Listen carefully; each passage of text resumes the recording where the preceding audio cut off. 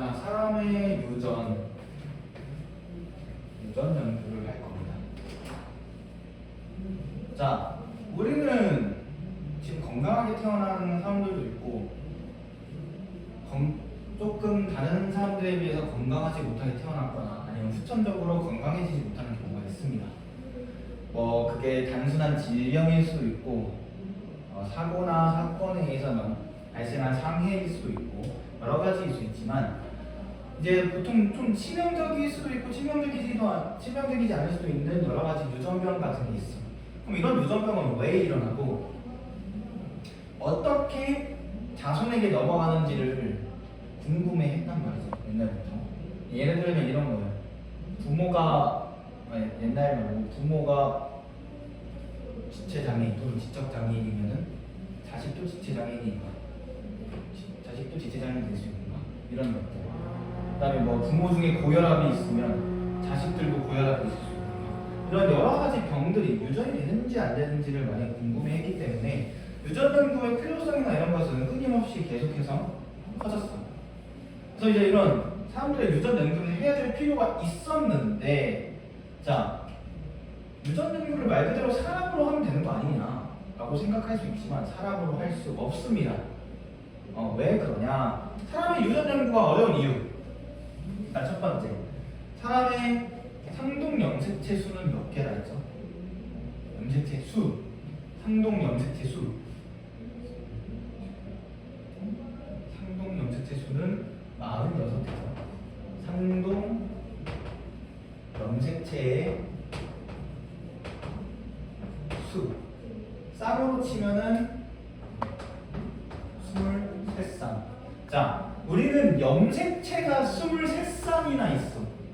염색체가. 그러면은 아빠로부터 23개의 염색체를, 엄마로부터 23개의 염색체를 받아요.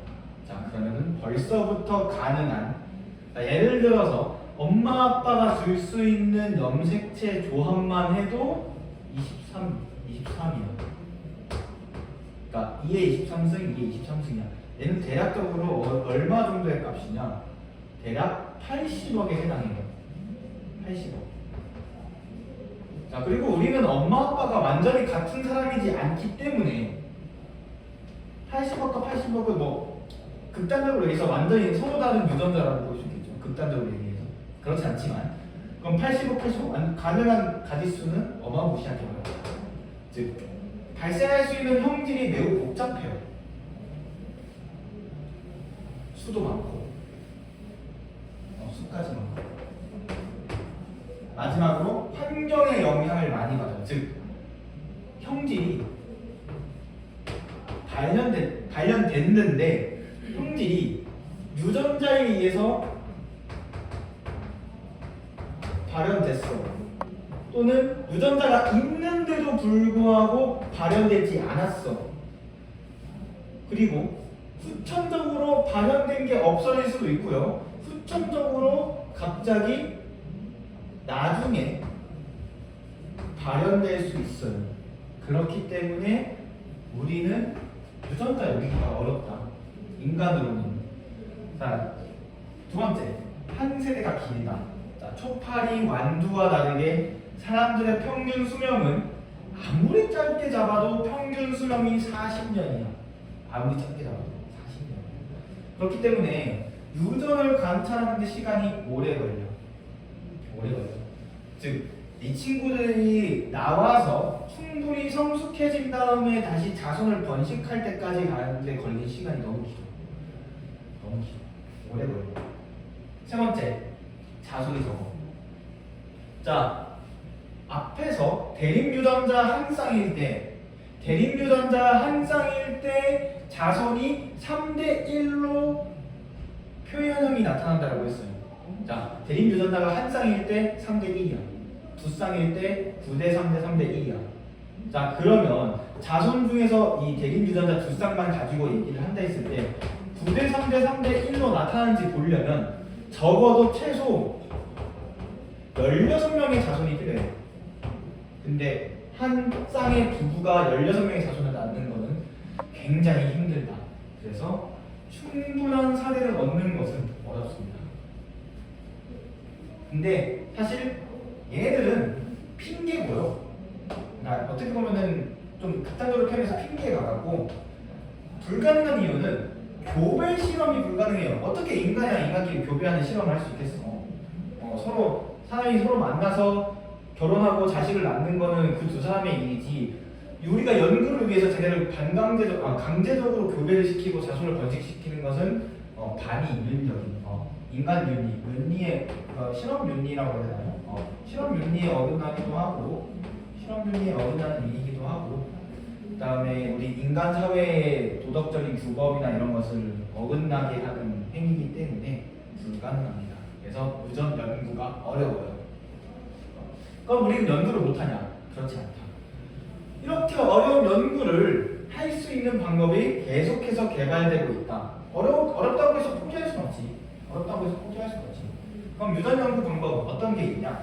지금 가장 대표적인 유전 연구 방법이 4가지 있어요. 4가지를 소개하려고 해요. 자, 첫 번째, 가계도 분석.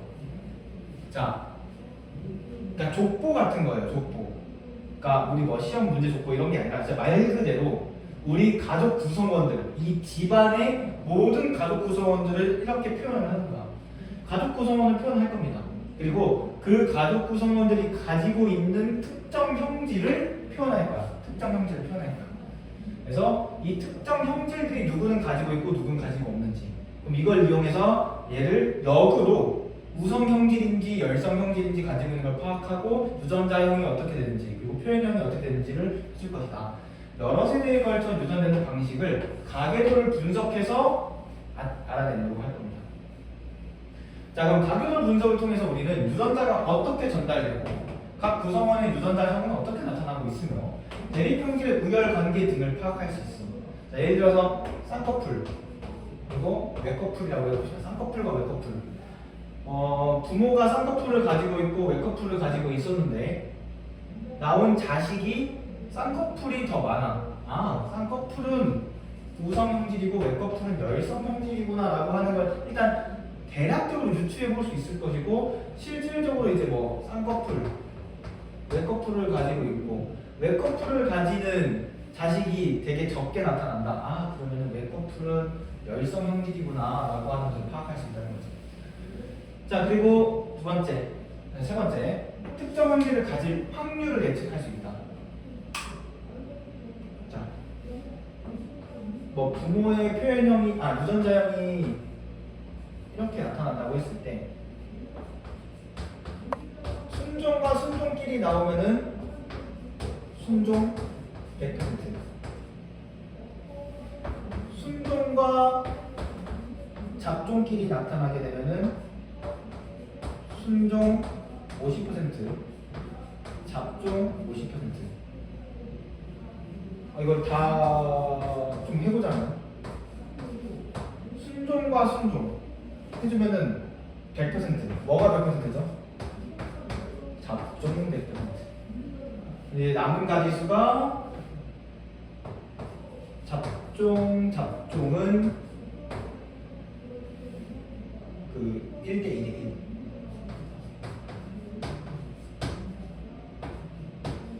25, 50, 25. 마지막으로 남은 게 얘죠. 얘랑 얘. 한 개 더 있구나. 잡종과 순종. 잡종 50, 순종 50. 마지막으로 순종 100. 이거 적어도 돼요. 어차피 나중에 계속 이런 문제가 나오거든요. 그러니까 자식이 몇 퍼센트 확률로 순종이고 잡종이고 하는지를, 그러니까 확률 예측이 이러한 큰 틀 안에서 나타나요. 큰 틀 안에서. 100%만 되는 것만 따로 묶어도 돼. 100% 되는 애들. 100% 되는 애들 묶어주고, 잡종과 순종을 해주게 되면은, 잡종과 순종을 묶어주게 되면은, 잡종과 순종의 교배에서는 50대 50만 나오고, 잡종과 작종의 교배는 이거 분리의 원리였던가? 분리의 법칙이었던가? 분리의 법칙이었던 거 1대 2대 1 표현형으로는 3대 1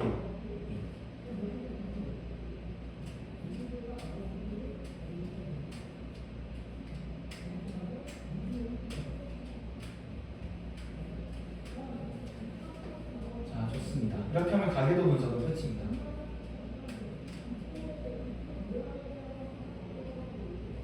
두 줄로 해도 되는데 왜 한 줄로 쓰고 있어? 한글자라.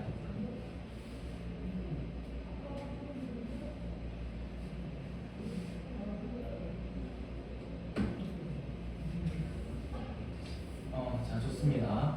자, 가계도 분석에서 지금 여러 가지 나타나고 있는데 좀 헷갈릴 수, 그러니까 이런 게 나올지 안 나올지 모르겠지만 되게 지역적이지만 일란성 쌍둥이, 이란성 쌍둥이를 구별해 주는 거. 뭐 예를 들어서 지금 고모랑 삼촌은 이란성, 외삼촌과 외삼촌은 일란성. 이런 거 지금 여기 형태 보고 난 모르겠어요. 나올지 안 나올지 모르겠는데 혹시 모르니까. 두 번째, 자, 세대끼리는 같은 세대면은, 그러니까 세대가 같으면 같은 위치에 있어야 돼. 여기끼리는 다 세대가 같고 여기끼리 세대가 같고 여기끼리 세대가 같다. 나랑 동생은 세대가 같다. 근데 나랑 아빠는 세대가 차이가 나. 나랑 할아버지는 세대가 차이 나. 오케이, 좋습니다. 그럼 끝이에요. 자, 그 다음은 쌍둥이 연구. 자, 쌍둥이를 비교할 거야. 자, 쌍둥이들은 좀 특징이 있어. 어떤 특징이 있냐? 일란성 쌍둥이랑 이란성 쌍둥이는 특징이 좀 다른데요. 여기서 일란성, 이란성 말 그대로 여기 들어있는 나는 난자라고 생각하면 돼요. 자, 얘는 난자가 한 개였는데 쌍둥이가 된 거고 얘는 난자 두 개예요. 자, 그러면 난자가 두 개이기 때문에 서로 다른 난자에 서로 다른 정자가 들어가서 수정이 일어난 거야. 그러면 이 친구들의 유전자형이나 뭐 표현형이나 이런 것들이 전부 다르게 나타난다. 따라서 얘네들은 유전자 구성이 달라. 유전자 구성이 달라. 뒤에 있는 거는 뭐 당연한 거니까 어쩔 수 없고 유전자 구성이 다르다. 자, 일란성은 그에 비해 한 개의 난자에 한 개의 정자에 들어갔기 때문에 처음에 한 개의 세포를 시작했어요. 한 개의 수정란을 시작한 거야. 근데 수정란이 난하를 하는 과정에서 얘네가 중간에 분리가 되어버린다면, 즉 뭐 포배나 이런 게 되기 전에 분리가 되어버린다면 수정란이 똑같은 유전자 구성으로 두 개가 되는 거야. 두 개의 유전자 구성이, 두 개의 개체가 똑같은 유전자 구성으로 나타나는 거지. 물론 성장 환경에 따라서 다르게 나타날 수 있지만 일란성 쌍둥이는 모습이나 형질이나 이런 것들이 거의 동일하게 나타난다. 그래서 우리가 쌍둥이, 겉모습이 닮은 쌍둥이들은 대부분 일란성 쌍둥이라 생각하면 되고요. 이란성 쌍둥이는 별개다. 그래서 일란성 쌍둥이의 경우는 웬만하면 성별이 같고 이란성 쌍둥이는 성별이 다를 수 있다. 자, 통계조사. 사람들에게 나타난 특정 형질의 사례를 많이 수집하는 거야. 그러니까 예를 들면 이런 거지. 특정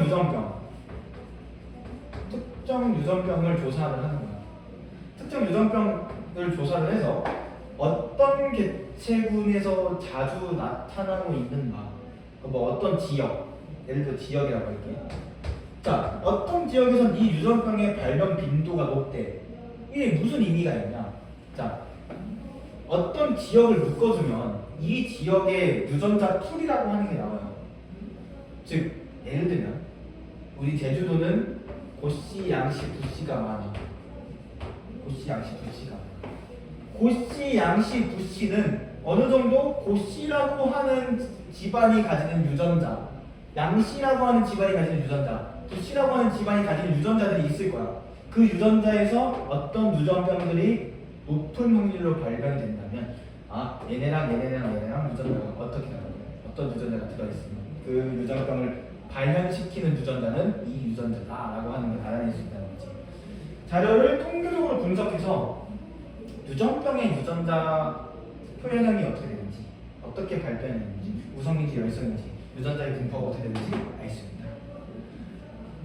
마지막으로 진짜 말 그대로 염색체랑 DNA를 직접적으로 분석하는 건데 뭐 인간 세포나 이런 거 샘플을 하나 적당히 채취를 해서 시료를 DNA 안에 들어있는 유전자를 늘려 복제를 시켜 염색체를 복제시켜 그 다음에 DNA를 분석해서 염색체 몇 번 염색체에 어떤 유전자가 있고 이 유전자가 다른 사람들이랑 비교했을 때 열성인지 우성인지 비교를 하고 등등등등을 할 수 있다.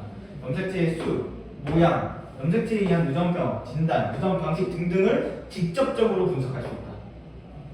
특히 부모 자손 간의 DNA 분석, 엄마랑 아빠는 뭐 친자 확인할 때 뭐 DNA 분석한다거나 이런 거 있잖아요. 즉 특정 형질을 결정하는 유전자의 정보나 아니면 유전자가 자손에게 전달될 가능성 등등을 분석할 수 있다. 이렇게 인간의 사람의 유전 연구 방법 등을 알아봤습니다. 좋습니다. 빈칸 채우기 해볼까요?